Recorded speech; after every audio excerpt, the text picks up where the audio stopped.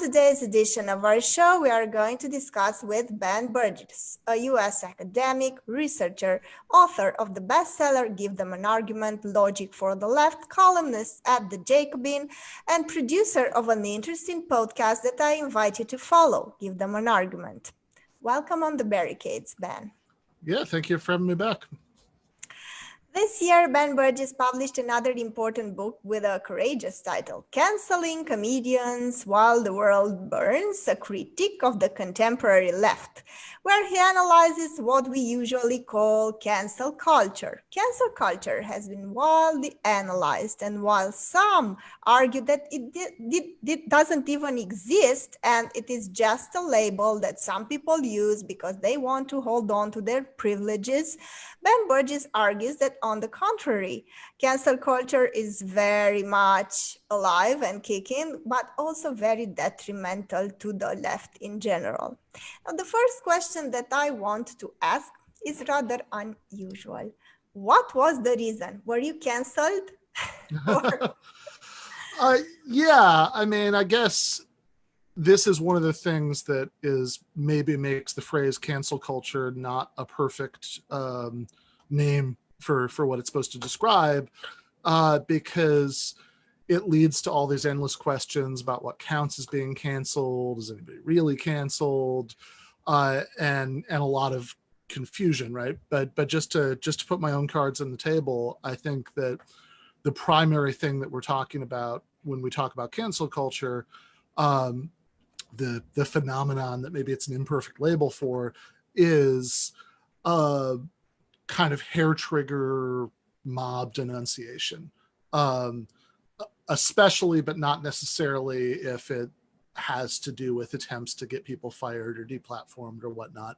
But like I think that's all, those are symptoms. I think the big thing is just the hair trigger mass denunciation, which I think is something that infects the left, but it doesn't come from the left.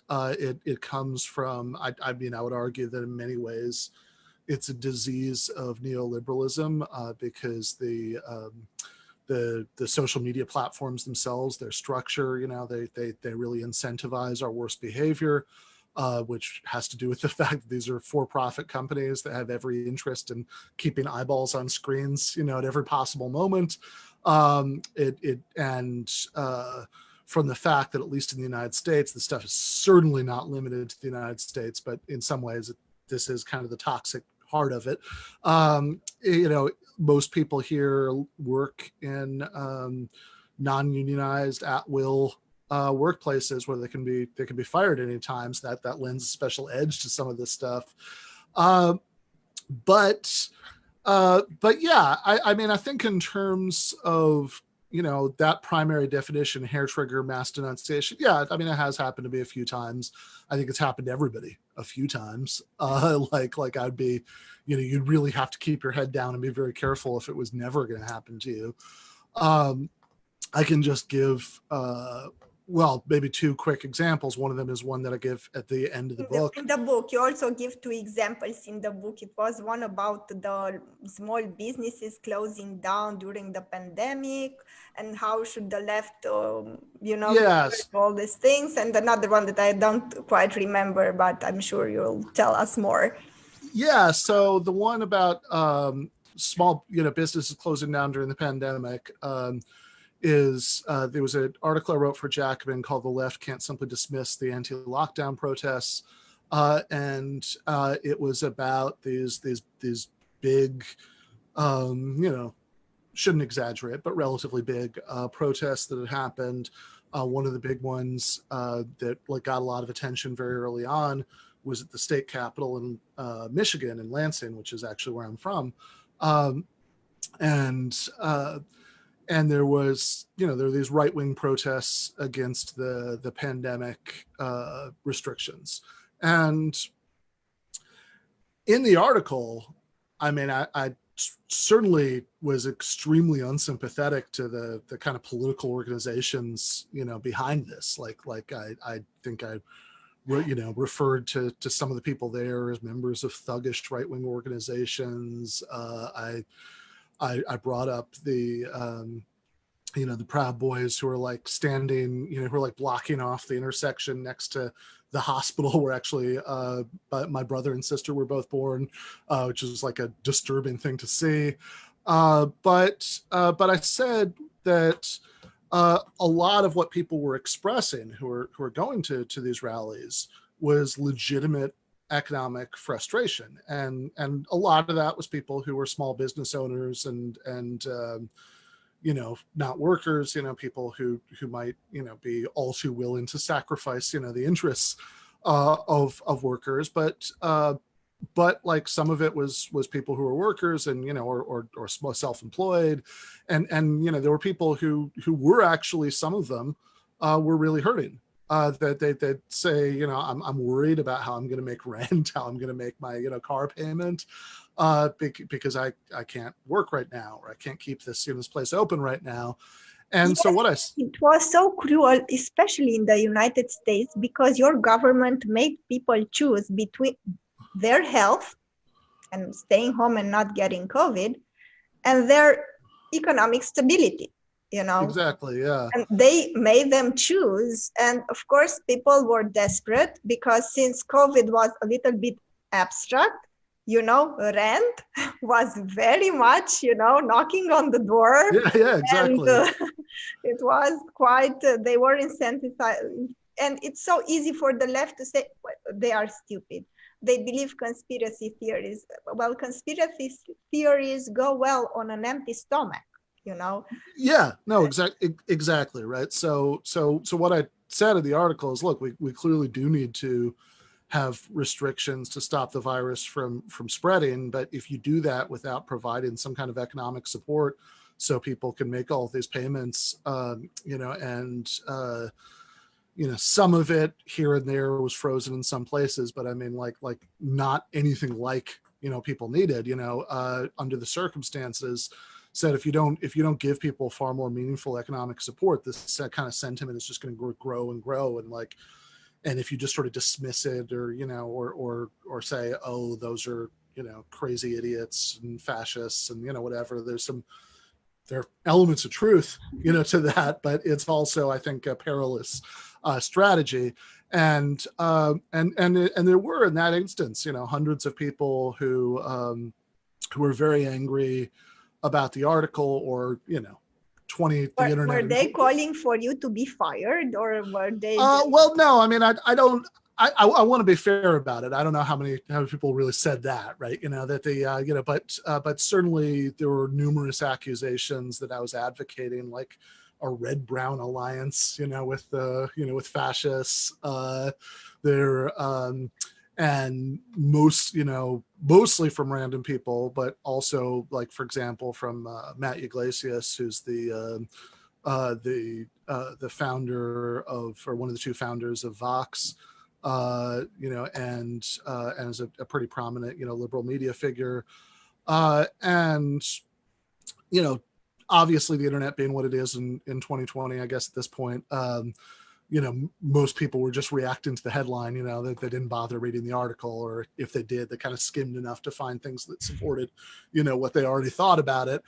So that's certainly one instance. Another that I don't mention in the book is when, so Jordan Peterson, who's somebody who I've actually devoted quite a bit of time to criticizing, but he had, he was, it came out in like fall of 2019 that he had been,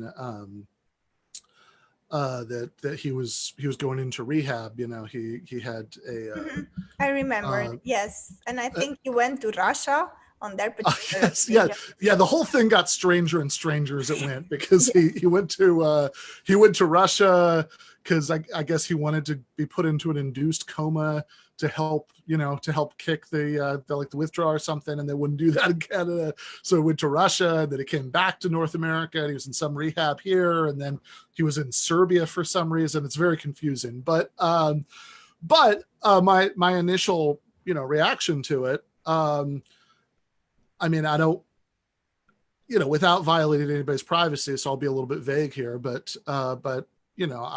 there have been people I've cared about who struggle with drug addiction, and so my initial reaction in the moment, as little as I like Jordan Peterson, was to feel, a moment of human sympathy and to express that, and to say, I obviously couldn't disagree with him more, but I hope he gets the help he needs.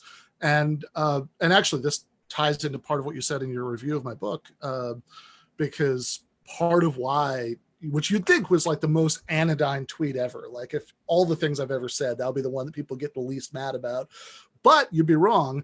And the tie-in to one of the things you say about the review is, you made the point in your review that something that I don't really explore very much in my book, but is certainly obviously true, is that quite a bit of the most intense, the most intense left canceling happens over issues that have in some way to do with gender, sexuality, gender identity, things in that cluster of subjects. That's and I think even several of the examples in my book have to do with those. Now, the question of why that isn't something I explore in the book, right? But I mean, it's an interesting question. It's worth exploring, and this was true in this case too, because the way the sort of particular form that the people who got mad about that tweet, took was that, well, Jordan Peterson is transphobic, so here I am expressing sympathy for a transphobe,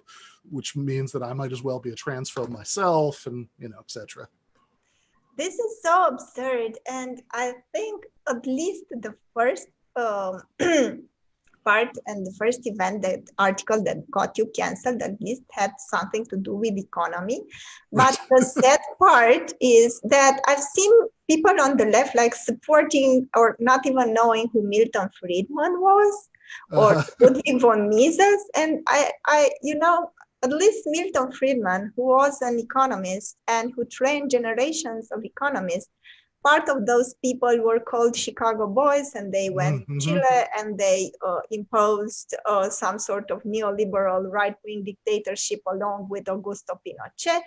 And people do not get canceled. If I go online, we should make this experiment, and we say, I support Milton Friedman. Some reactions. But if I say, I go online and you say, I support Buck Angel.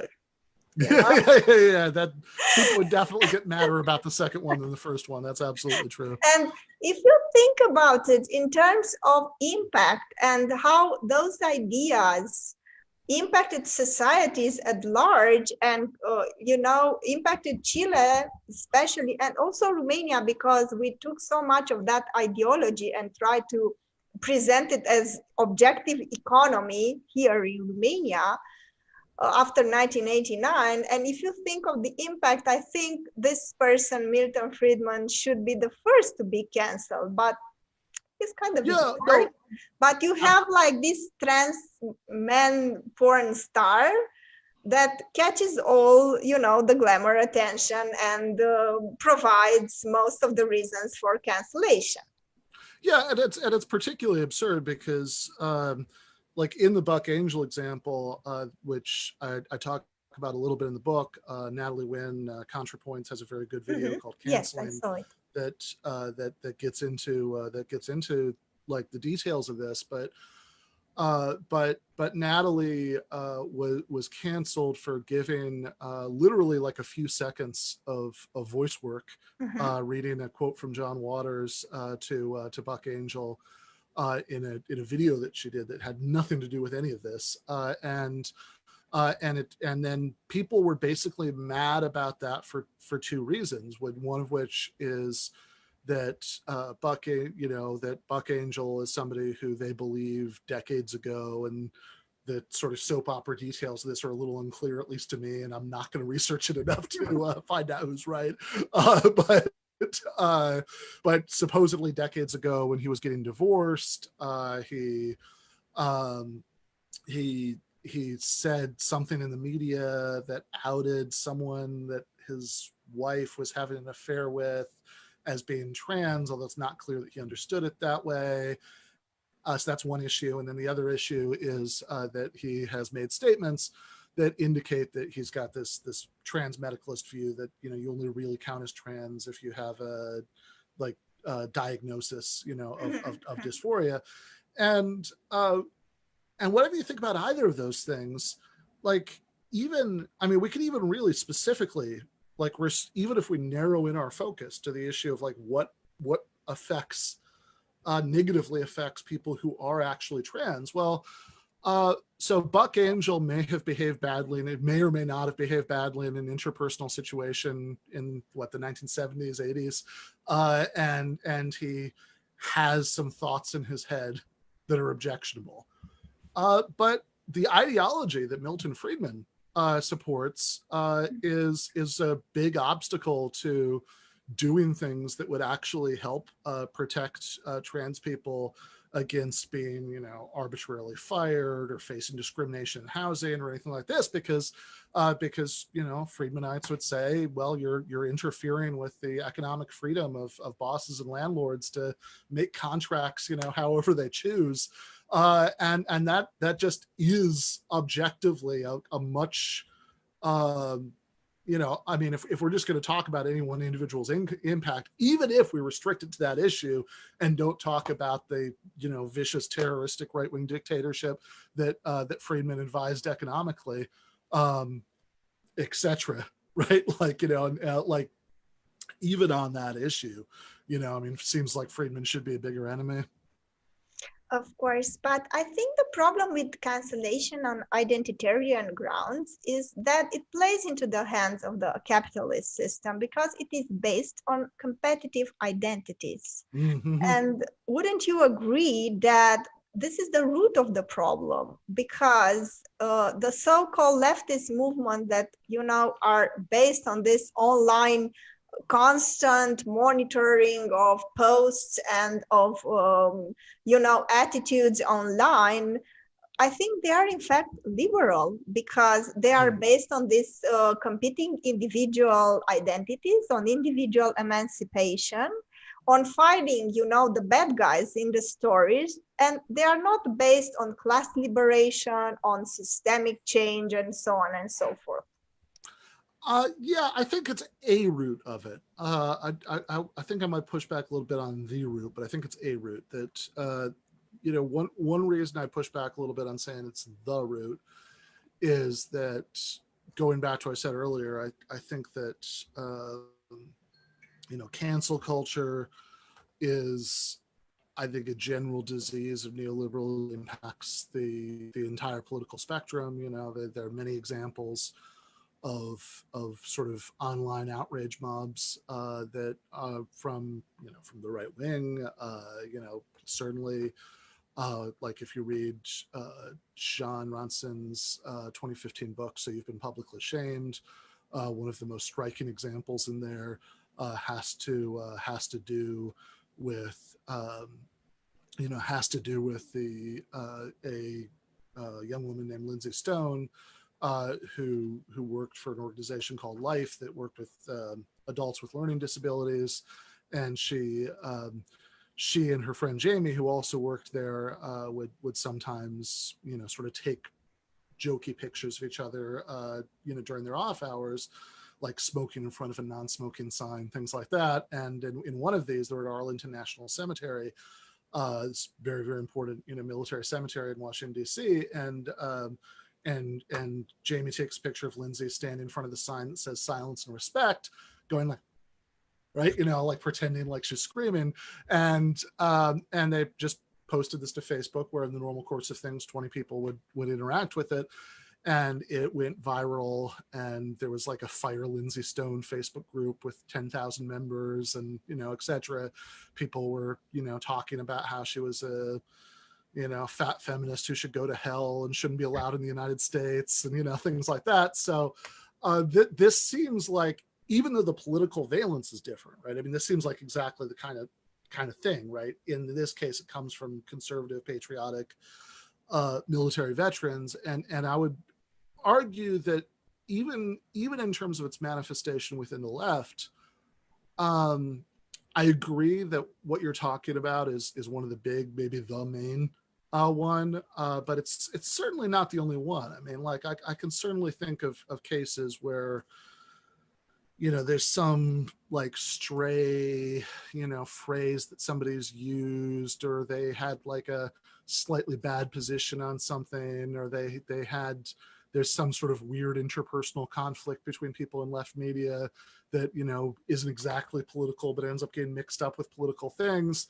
And suddenly you have 1,000 people who are totally convinced that someone is like, you know, you know, imperialist shill who might as well be working for the CIA. And, you know, and I think a lot of the same, I think a lot of the same dynamics play out. So that's why I push back against saying it's the root of it. But I do agree that it is a big part of the problem. I mean, like that this kind of identity politics that in practice de-emphasizes the idea that social injustices are caused by economic structures and have structural solutions, even if some people who subscribe to this kind of politics pay lip service, you know, to that idea, that that treats like entire identity categories as if they were monoliths, you know, that you should exactly.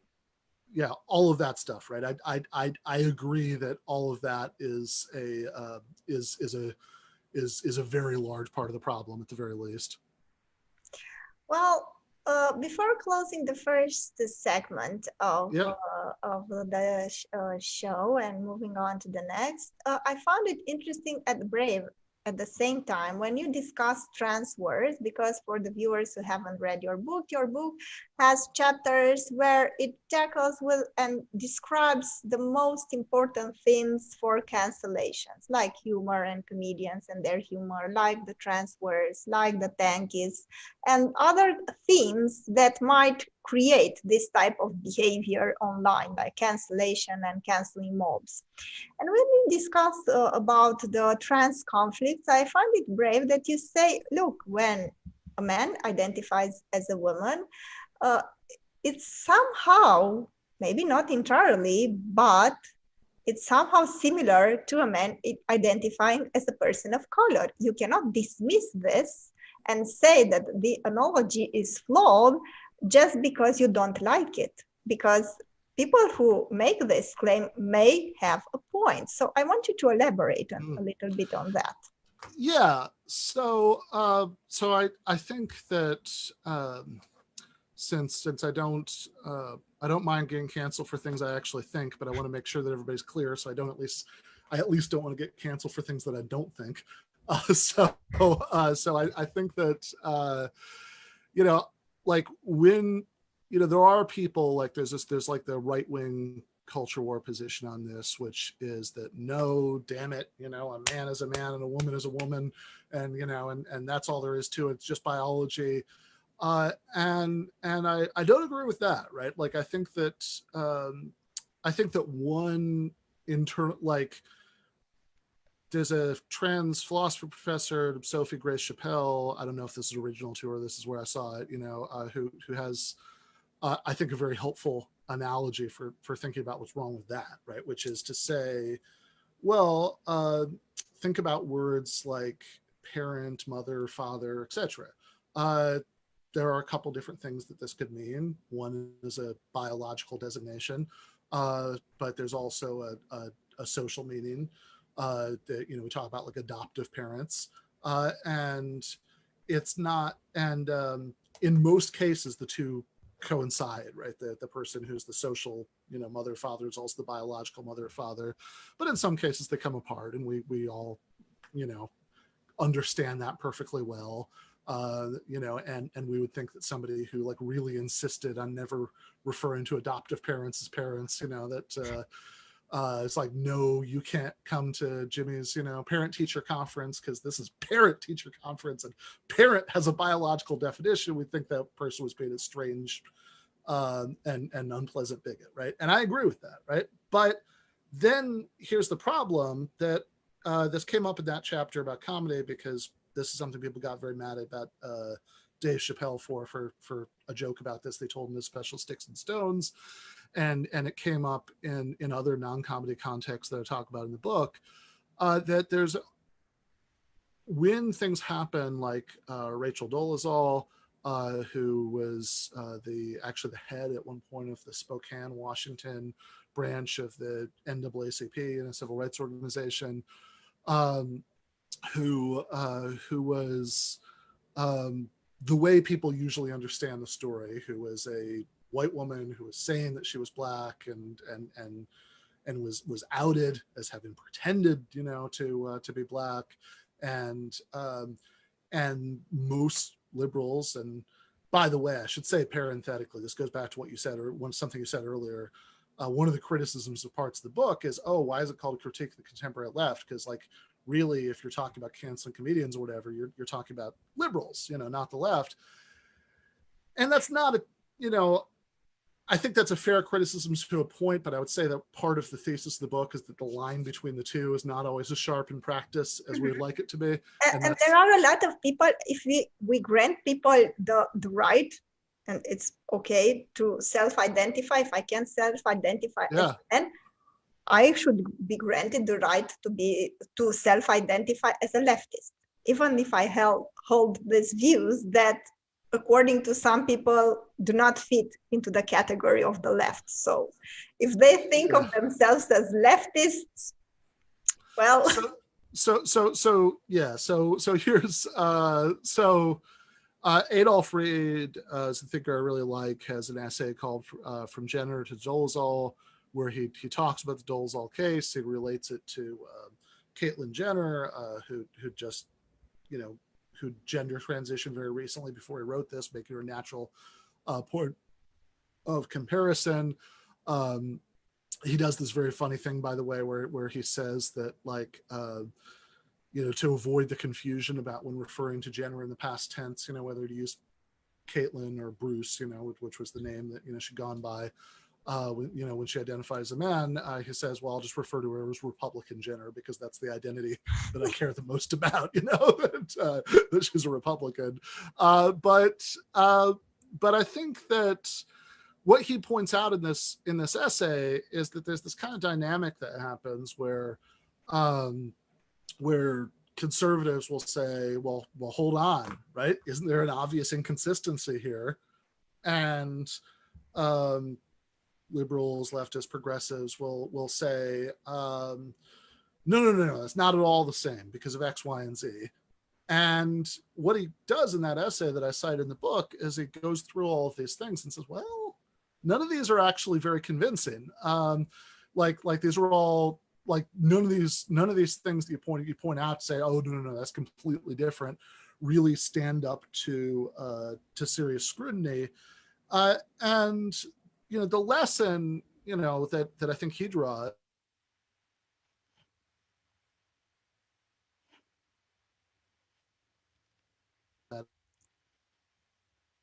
Hello, I think I lost you for a moment. I don't know if you hear me.